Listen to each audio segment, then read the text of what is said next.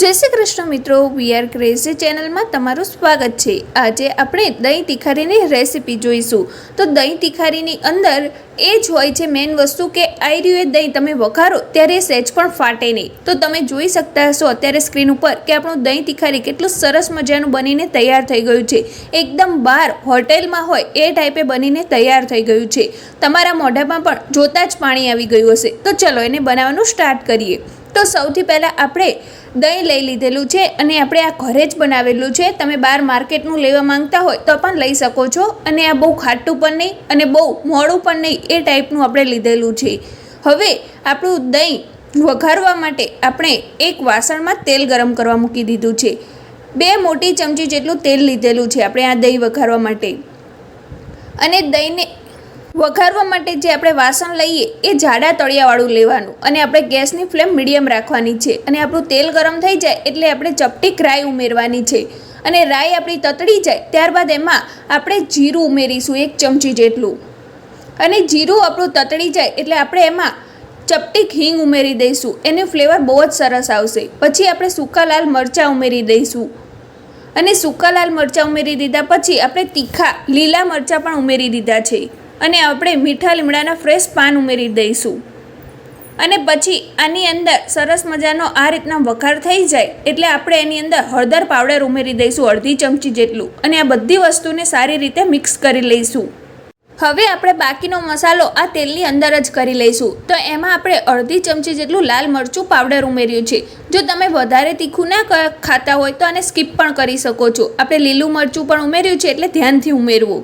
અને તમે જેટલું ખાતા હોય એટલું તમારે આ લાલ મરચું પાવડર ઉમેરવાનું રહેશે। હવે આપણો વઘાર બળી ના જાય એના માટે 2 ચમચી જેટલું પાણી ઉમેરી દેવાનું આની અંદર અને સારી રીતે મિક્સ કરી લેવાનું છે। જો આ રીતના કરશું ને તો તમારું દહીં સહેજ પણ ફાટશે બી નહીં અને બહુ જ સરસ મજાની આપણી દહીં તીખારી બનીને તૈયાર થશે। તો જો આ રીતના આપણો વઘાર સરસ મજાનો તૈયાર થઈ ગયો છે। હવે આપણે આ ગરમા ગરમ વઘારને લઈને આપણે જે દહીં લીધું છે ખાટું મીઠું એની અંદર ઉમેરી દઈશું। જો આ રીતના।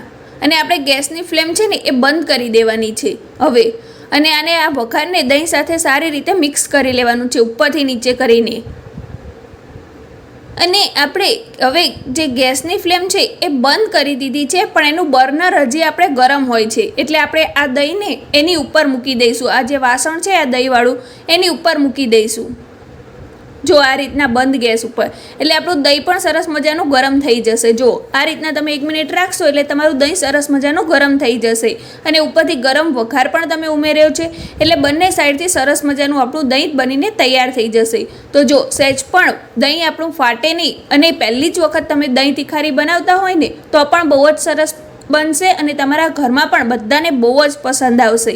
બહુ પાણી જેવું પણ નહીં થાય। અને હવે આમાં સ્વાદ અનુસાર તમારે મીઠું ઉમેરવાનું રહેશે। તમે ટેસ્ટ કરીને પણ ઉમેરી શકો છો અને તમારા ઘરમાં જેટલું ખાતા હોય એટલું તમારે ઉમેરવાનું રહેશે। અને આમાં ચપટીક તમારે ખાંડ ઉમેરી દેવાની છે।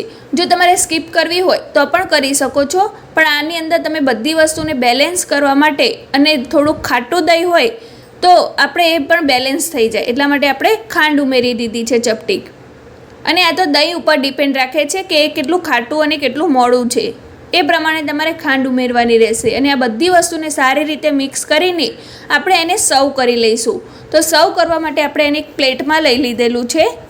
અને આજે આપણે એને ભાખરી સાથે સર્વ કર્યું છે। તમે એને બાજરીના રોટલા સાથે કે રોટલી સાથે પણ સર્વ કરી શકો છો। તો જો કેટલી સરસ મજાની આપણી ભાખરી બનીને તૈયાર થઈ ગઈ છે। તમારે પણ આવી જ ભાખરી બનાવવી હોય તો એનો પણ વિડીયો આપણે ચેનલમાં અપલોડ કરેલો છે, ત્યાં જઈને તમે જોઈ શકો છો। અને અત્યારે તમને વિડીયો પસંદ આવ્યો હોય તો એને એક લાઇક જરૂર કરી દેજો। અને આગળ તમે કઈ રેસીપીનો વિડીયો જોવા માંગો છો એ મને કમેન્ટ બોક્સમાં લખીને જરૂરથી બતાવજો, એ હું તમારા વચ્ચે જરૂરથી શેર કરીશ।